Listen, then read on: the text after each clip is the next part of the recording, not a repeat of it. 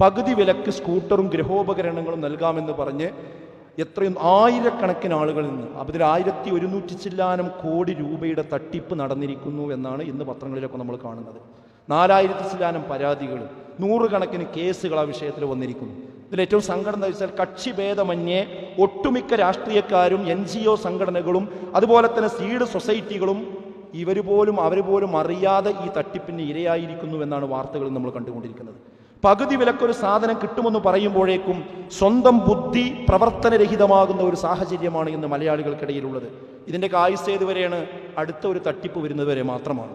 എത്ര തട്ടിപ്പുകൾക്ക് ഇരയായാലും അടുത്ത തട്ടിപ്പിൽ ചെന്നു ചാടാനായി വെമ്പൽ കൊള്ളുന്ന ഒരു സാഹചര്യമാണ് ഇന്ന് പലപ്പോഴും നമ്മൾ മലയാളികളിൽ കണ്ടുകൊണ്ടിരിക്കുന്നത്. ഇവിടെ ഗുരുതരമായ വിഷയം എന്താ വെച്ചാൽ ഇപ്രാവശ്യം സന്നദ്ധ സംഘടനകളുടെ വിശ്വാസ്യത പോലും ചോദ്യം ചെയ്യുന്ന ഒരു സാഹചര്യമാണ് ഉണ്ടായിട്ടുള്ളത്. ഈ സന്നദ്ധ സംഘടനകൾ എന്തെങ്കിലും നല്ല കാര്യങ്ങൾ ചെയ്താൽ ആൾക്കാർ വിശ്വസിക്കാത്ത അവസ്ഥ വരും.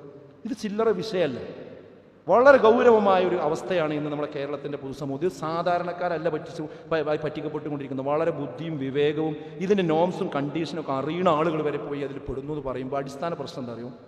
വിശ്വാസികൾ ഒരു കാര്യം മനസ്സിലാക്കേണ്ടത്, വെറുതെ കിട്ടും എന്ന് പറയുമ്പോഴേക്കത് പോയി വാങ്ങുക, അതിൻ്റെ ആളുകളായി മാറുന്ന സ്വഭാവം നമ്മൾ അവസാനിപ്പിക്കണം. ഇതാണ് വിഷയം. ഒരാളും നമുക്കൊരു സാധനം വെറുതെ തരില്ല. ആ തരുന്നുണ്ടെങ്കിൽ അതിൻ്റെ പിന്നിൽ അവർക്കൊരു ഉദ്ദേശം, ഒരു ലക്ഷ്യം, ഒരു കെണി ഉണ്ടാവും. നമുക്ക് തോന്നിപ്പിക്കുക മാത്രമാണ് ഉണ്ടാകുക.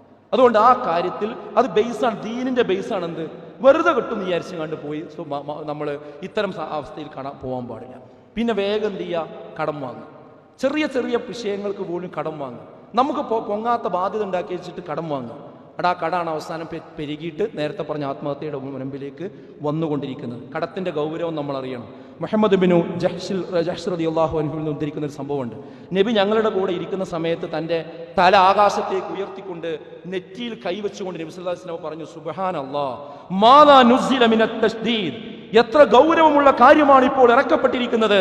പിറ്റേ ദിവസം അതേക്കുറിച്ച് സ്വഹാബികൾ നബി സല്ലല്ലാഹു അലൈഹി വസല്ലമയോട് ചോദിക്കുകയുണ്ടായി.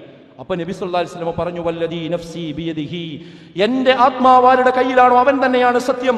ലൗ അന്ന റജുലൻ ഖുതില ഫീ സബീലില്ലാഹ്, ഒരു മനുഷ്യൻ അല്ലാഹുവിന്റെ മാർഗ്ഗത്തിൽ കൊല്ലപ്പെട്ടു, ഷഹീദായി. തുമ്മ ഉഹീ, പിന്നെ അദ്ദേഹത്തിന് ജീവൻ ഉണ്ടായി. തുമ്മ ഖുതില, വീണ്ടും കൊല്ലപ്പെട്ടു. തുമ്മ ഉഹീ, വീണ്ടും അദ്ദേഹത്തിന് ജീവൻ കിട്ടി. തുമ്മ ഖുതില, വീണ്ടും അദ്ദേഹം കൊല്ലപ്പെട്ടു. വഅലൈഹി ദൈനുൻ, മൂന്നാമത്തെ തവണ അദ്ദേഹം കൊല്ലപ്പെട്ടപ്പോൾ അദ്ദേഹം കടത്തോടു കൂടിയാണ് കൊല്ലപ്പെടുന്നത്.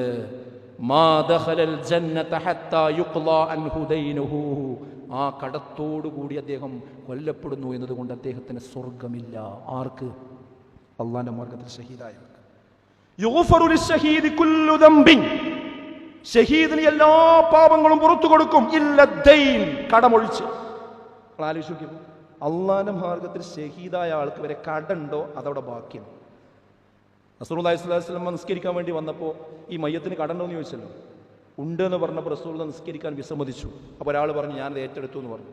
അങ്ങനെയാണ് റസൂലുള്ളാഹി നിസ്കരിക്കുന്നത്. പിന്നെ കാണുമ്പോൾ ഒക്കെ ചോദിക്കും, ഇത് വീട്ടിൽ എന്ന് ചോദിക്കും. അവസാനം വീട്ടിൽ എന്ന് പറഞ്ഞപ്പോഴാണ് റസൂലുള്ളാഹി പറഞ്ഞു, ഇപ്പോഴാണ് അദ്ദേഹത്തിൻ്റെ തൊലി തണുത്തത്, അത് കത്തുകയായിരുന്നു. അതുകൊണ്ട് ആ സുഹൃത്തുക്കളെ, കടം വാങ്ങിയുള്ള ജീവിതം നമ്മൾ എന്ത് ചെയ്യണം?